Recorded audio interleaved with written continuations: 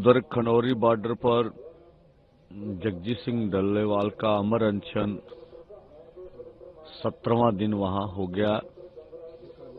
उनकी सेहत बिगड़ रही है और जिस तरह से हम बयानबाजी भाजपा की ओर से सुन रहे हैं, जैसे सैनी साहब बोल रहे हैं, उसके पीछे मकसद है भाजपा का।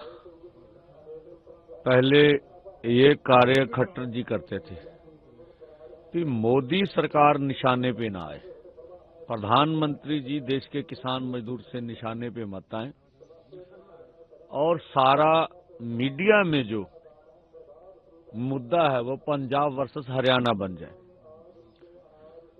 जबकि हमारे दोनों फोरमों का मानना है, ना हमारी पंजाब से कोई संघर्ष है, ना हरियाणा की सरकार से। दोनों सरकारों से हमारा कोई आंदोलन नहीं है।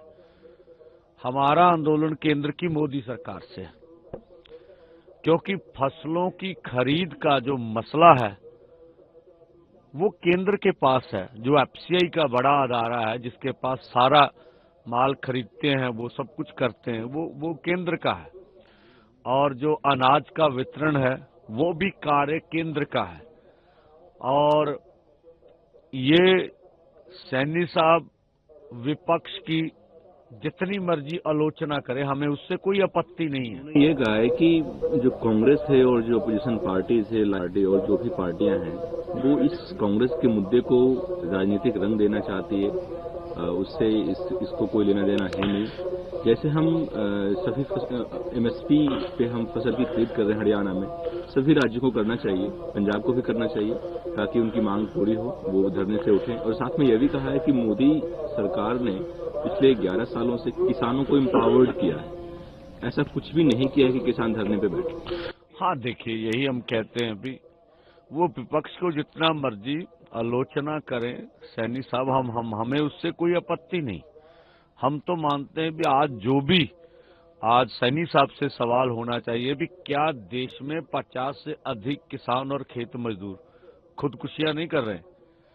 अगर मोदी सरकार ने एम्पावरमेंट कर दी किसानों की, तो आपकी बनाई हुई कमेटी ने हरियाणा के ऊपर 76,000 करोड़ का कर्जा ये कैसे बता दिया? ये आपकी बनी हुई कमेटी बता रही है। आप तथ्यों को तोड़ मरोड़ के क्यों पेश कर रहे हैं?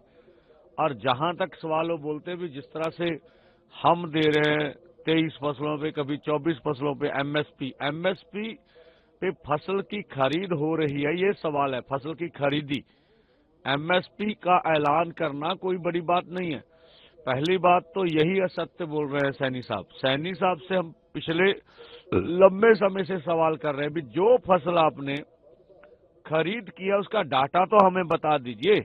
आपने अगर हरियाणा की सरकार ने कुछ खरीदी की तो डाटा दीजिए सारे देश के समक्ष, नहीं तो हम मानेंगे आप असत्य बोल रहे हैं। दूसरा, आप केंद्र के खेती बाड़ी मंत्रालय की वेबसाइट पर जाइए, वहां धान और गेहूं के अलावा बाकी फसलों की खरीद तो शून्य के करीब है, बहुत कम है। तो इसलिए ये मुझे लगता है वो केंद्र के विषय को राज्यों के ऊपर थोपना चाहते हैं, जो हम लग समझते। तो भाई, सबसे पहले जो फसलों का खरीद का काम है वो क्या कहते हैं, वो राज्यों को दिया जाना चाहिए। फिर तो केंद्रीय शक्तियों का विकेंद्रीकरण होना चाहिए। फिर तो हम कह सकते हैं केंद्र ने फसलों की खरीद का जिम्मा खुद ले रखा। जहां तक किसानों का उनकी आमदन बढ़ाने का या उन्हें मजबूत करने का सवाल है, इनपावरमेंट जो बोल रहे हैं, हमने प्रधानमंत्री ने किया, तो डाटा देना। वो बोलते थे 2022 में हम किसानों की आमदन दुगनी कर देंगे। तो वो किस तरह से उन्होंने इनपावरमेंट किया, उसका डाटा देश के सामने रखना चाहिए। नहीं तो हम समझेंगे ये मुद्दे से भटकाने के लिए, मोदी सरकार को किसानों के निशाने से बचाने के लिए बीच में वो कहते हैं भी सैनी साहब की बलि दे दो, मोदी जी को बचा लो। पहले खट्टर साहब बलि देते थे, बदनामी लेते थे। तो ये बड़ी नीतिगत ढंग से बोल रहे हैं।